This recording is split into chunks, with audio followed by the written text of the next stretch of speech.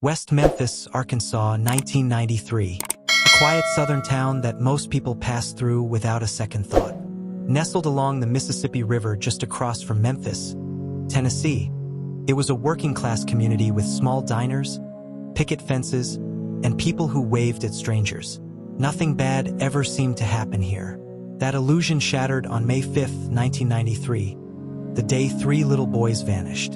8-year-old Stevie Branch, Michael Moore, and Christopher Byers were like most kids in West Memphis.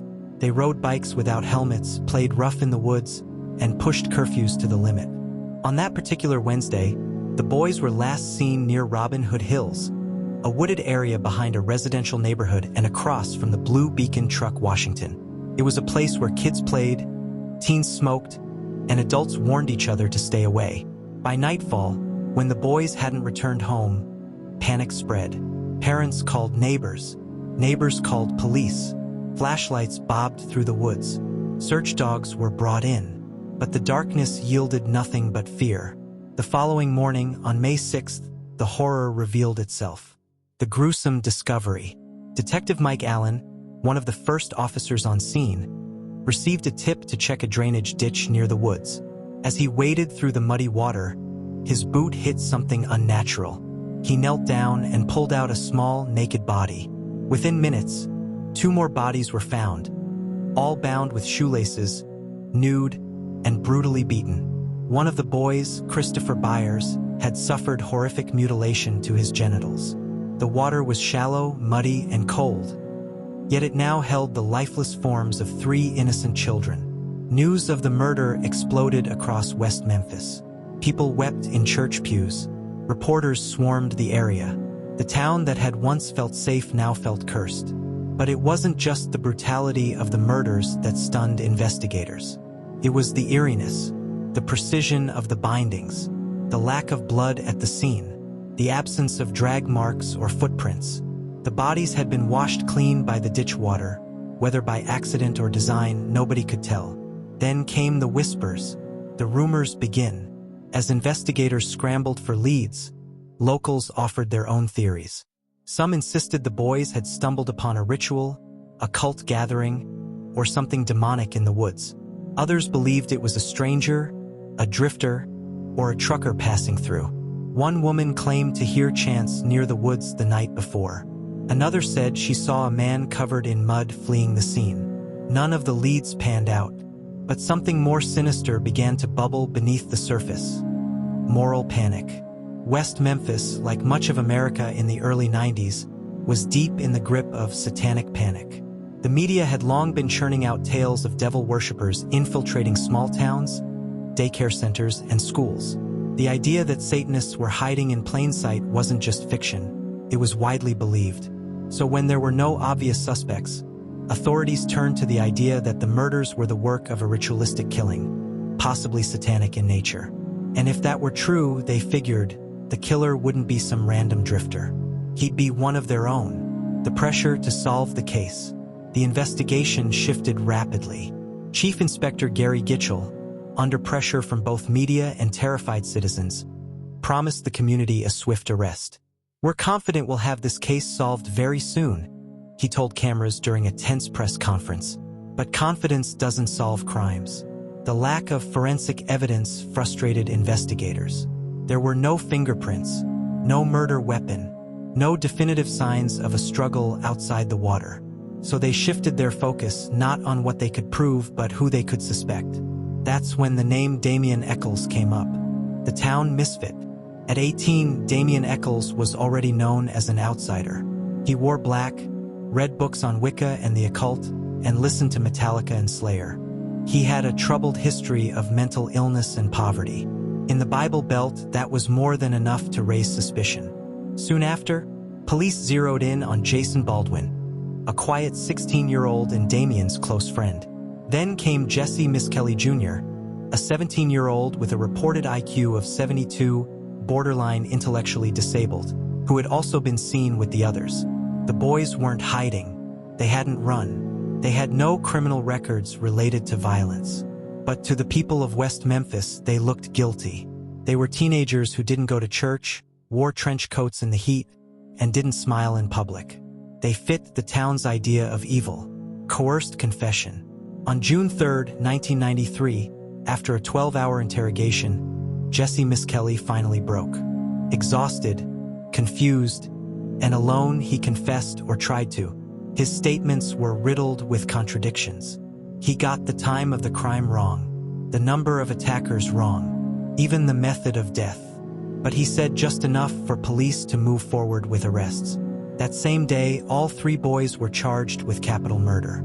And just like that, the West Memphis Three were born. The community celebrated. Justice, they believed, had been served. But the trials hadn't even begun. And the real mystery, who killed those boys and why, remained as murky as the ditch they were found in. Closing hook. As the news trucks rolled in and courtroom doors opened, something far more twisted began to unfold. Not a case of guilty killers caught in the act, but a judicial drama built on fear, fantasy, and a desperate need for closure.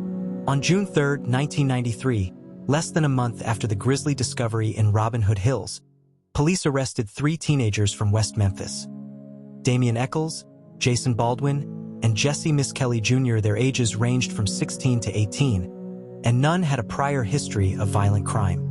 Yet, within days, the boys were being called Satanists, child killers, and monsters by neighbors, news outlets, and even the local clergy. The arrests weren't based on hard evidence. In fact, no physical evidence tied the 3 boys to the crime scene. What authorities did have, however, was a confession, and that changed everything. Jesse Misskelley, the oldest of the 3, had a low IQ of about 72 and was considered to be mentally challenged. Police interrogated him for nearly 12 hours without a parent or attorney present. After hours of leading questions, contradictions, and pressure, Jesse finally confessed to participating in the murders. But his statement was riddled with inconsistencies. He got the time of the murders wrong, he misidentified how the boys were killed, and he confused the details of the scene. Still, police had what they needed: a confession. They claimed it was the key to solving the case and charged all 3 boys with murder. Small-town gossip turns into a witch hunt. West Memphis, already on edge from the brutality of the crime, now turned its fear toward its own youth. Damien Echols, who dressed in black, listened to heavy metal, and read Stephen King novels, became the face of the prosecution. He had a history of depression and eccentric behavior, which authorities used as evidence of his involvement in a satanic ritual. The 1990s saw a wave of satanic panic, a cultural phenomenon that led many to believe in widespread devil worship, ritual abuse, and cults. Police leaned into this hysteria, alleging that the murders were part of a satanic sacrifice. Damien's interest in Wicca, his dark clothing, and poetry were spun as proof of his guilt. In reality, they were just the hallmarks of a misunderstood teen with a troubled past. Jason Baldwin, by contrast, was quiet and soft-spoken. He had no criminal record and showed little interest in the occult. He was arrested primarily for being Damien's best friend. Prosecutors argued that he participated out of loyalty, a chilling twist on the idea of peer pressure. As for Jesse, the boy who confessed, even the prosecution knew his story was full of holes. But they doubled down, using it as the cornerstone of their case. When Jesse recanted his confession days later, claiming he had been coerced, it was too late. The narrative had already taken hold. The public narrative was set. TV news segments aired the arrests with dramatic flair. Footage of the teens in handcuffs played on a loop. Journalists described the boys as cold, remorseless, and obsessed with death. Rumors spread that the trio participated in blood rituals, animal sacrifices, and secret ceremonies. There were no fingerprints, no DNA matches, no murder weapons tied to the suspects. Still, the prosecution insisted it had motive, Satanism, and a confession. That was enough for most of West Memphis. Parents warned their children not to dress weird. Teachers whispered about Damien in the hallways. One preacher went as far as saying the murders were punishment for allowing evil into the community. Instead of questioning the lack of evidence, townspeople clung to the comfort of a clear-cut villain. Doubt and division began to surface. Not everyone in West Memphis was convinced. A few community members, along with a handful of journalists, began questioning the validity of Jesse's confession. How could a teen with learning disabilities remember exact details of such a complex crime? Why did the police fail to record most of the interrogation? One glaring red flag: Jesse said the murders happened in the morning, but the victims were in school that day, and their families didn't report them. Don't forget to like, comment, and subscribe. Hit the notification bell. By early 1994, the trial of the West Memphis Three was underway. The courtroom was packed daily. Reporters, grieving parents, churchgoers, and curious townsfolk all watched closely as the state laid out its case. But from the very beginning, it was clear this trial was built on more than facts. It was built on fear, stereotypes, and community trauma. There were two separate trials. Jesse Miskelly's case was severed due to his confession, while Damien Echols and Jason Baldwin were tried together. The prosecution's strategy was simple: paint the teens as satanic cult members capable of ritualistic murder, and let the jury connect the dots. The problem? There were no dots to connect. No physical evidence, yet a mountain of assumptions. The prosecution had no fingerprints, no hair, no DNA, and no murder weapon linking the three boys to the crime.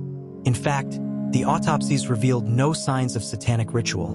The mutilations were likely the result of animal activity after death, not human-inflicted torture. But prosecutors leaned heavily on the satanic panic narrative.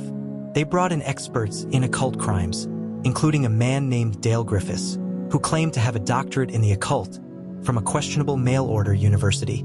He told the jury that Damien's love of Stephen King, black clothing, and heavy metal music was evidence of satanic involvement. The jury bought it.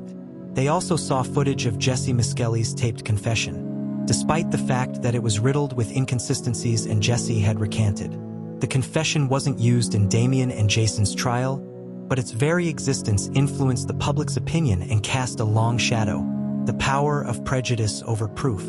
During the trial, the defense tried to show the truth, that the police rushed to judgment, ignored other leads, and exploited a vulnerable teen to produce a confession. But the damage was done. Damien's behavior in court didn't help either. He appeared confident, even smug at times, feeding into the community's fear that he was dangerous and unremorseful. The jury didn't see a scared 18-year-old on trial for his life. They saw the villain they had been conditioned to fear. Jason Baldwin, quiet and respectful throughout, was seen as Damien's follower, guilty by association. In a moment that shocked even some courtroom observers, the prosecution showed a red fiber they claimed matched clothing found in Damien's home. It was a single thread. The defense pointed out that the fiber could have come from anywhere. Countless clothing items share the same fiber makeup, but the seed of doubt was already planted. One fiber, no blood, no weapon, no motive other than he's weird. Still, the trial kept moving like a runaway train, a justice system on autopilot. Witnesses were called, including teens who claimed Damien once bragged about the murders. But these witnesses later admitted to being coerced or offered leniency in exchange for their testimony. Their stories often contradicted each other or changed with each retelling. When defense attorneys raised these inconsistencies, the prosecution dismissed them as details unimportant in the larger picture of satanic influence. The jury, already primed to see Damien and Jason as dangerous, rarely blinked. The defense also revealed that investigators failed to test other suspects, one of whom had returned home the night of the murders covered in blood and mud. The verdicts came down like thunder. In February 1994, after weeks of speculative testimony, character assassination, and courtroom theater, the jury found Damien Echols and Jason Baldwin guilty of the murders of Stevie Branch, Michael Moore, and Christopher Byers. Damien was sentenced to death. Jason, just 16 years old at the time of the murders, was sentenced to life without parole. A month earlier, Jesse Miskelly had been tried separately, found guilty, and sentenced to life plus 40 years, even though the only evidence against him was his own, wildly inconsistent confession. There were no fingerprints, no murder weapon, no physical evidence tying the boys to the crime scene. Just fear, bias, and the community's desperate need for closure. And in West Memphis, closure meant someone had to pay. The media frenzy and the cult narrative. Local newspapers ran with headlines about satanic cults and evil teenagers. National outlets soon picked up the case. Geraldo Rivera, true crime shows, and even courtroom TV specials all fed into the narrative. These boys weren't misunderstood. They were monsters. The truth was darker and more uncomfortable. The real killer was still out there, but no one wanted to reopen that wound. To West Memphis, justice had been served. But far outside Arkansas, people began to ask questions. The rise of the West Memphis Three movement. In 1996, a documentary titled Paradise Lost, The Child Murders at Robin Hood Hills, premiered on HBO. Filmmakers Joe Berlinger and Bruce Sinofsky had captured extensive trial footage, behind-the-scenes moments, and community interviews. What they revealed stunned viewers. Instead of proving guilt, the documentary exposed a broken justice system. It highlighted how investigators zeroed in on three teenagers based on how they dressed, what music they liked, and hearsay from classmates. It showed police leading Jesse Miskelly through his confession. And it revealed how little concrete evidence was ever presented in court. Paradise Lost changed everything. Suddenly, musicians, activists, and attorneys began taking notice. Supporters formed the Free the West Memphis Three movement. Celebrities like Johnny Depp, Eddie Vedder, and Natalie Maines began funding legal efforts. Damien, who had been rotting on death row, started to receive thousands of letters from around the world. Public opinion was shifting, but the Arkansas justice system wasn't budging. New evidence emerges. As the early 2000s rolled in, DNA testing had become more sophisticated. Lawyers for the West Memphis Three requested retesting of crime scene evidence. In 2007, the results came back, and they changed the case forever. In 2007, DNA results revealed what many had long suspected. No physical evidence connected Damien Echols, Jason Baldwin, or Jesse Miskelly to the murders of Stevie Branch, Michael Moore, and Christopher Byers. But the true gut punch? DNA recovered from a ligature used to bind one of the victims was consistent with Terry Hobbs, the stepfather of Stevie Branch. Despite this revelation, prosecutors refused to reopen the case. Instead of acknowledging possible errors, they doubled down. The Arkansas justice system was backed into a corner. If they admitted fault, it would unravel decades of decisions. But pressure mounted from national media, activists, and supporters worldwide. The state finally made a move, but not one anyone expected. The Alford plea, justice or a legal trick? In August 2011, after 18 years in prison, the West Memphis Three were offered a deal. Enter an Alford plea, a rare legal maneuver where the defendant maintains their innocence but admits the state has enough evidence to convict. It was a bitter pill.